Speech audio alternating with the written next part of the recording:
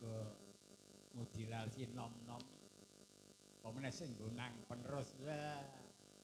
Gleleng ra irang. Kalah weton, Jo. Kagem Bapak RT Tukiman, RT 308, samangke Bapak RT Suparmin, RT 307, monggo. Nggih nyuwun request napa monggo.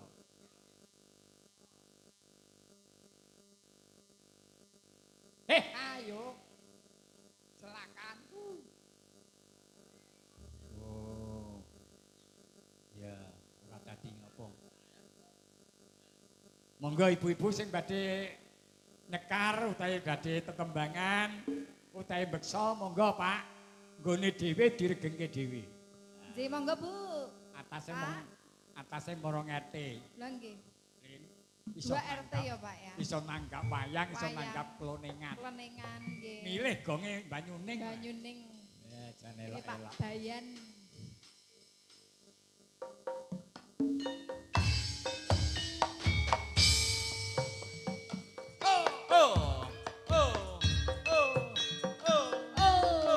Monggo Bu, beksa. Monggo Bu. Derek beksa. Ayo Mbak-mbake. Monggo Pak. Sing ten teras monggo Mbak-mbake. Yo.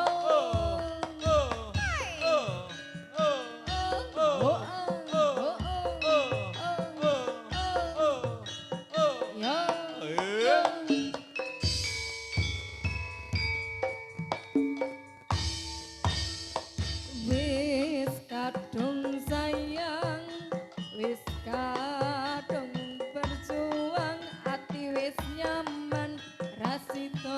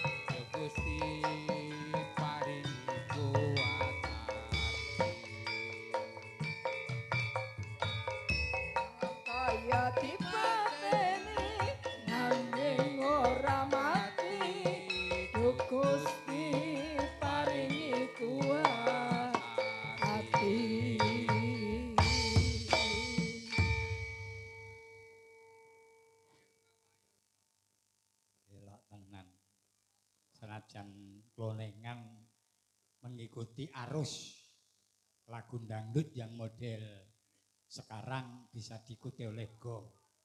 Jadi ora mung campur sari. Gong ya iso ngikuti ya, Cok. Elok apa meneh sing kendang ari. Leling sae. Udut apa le?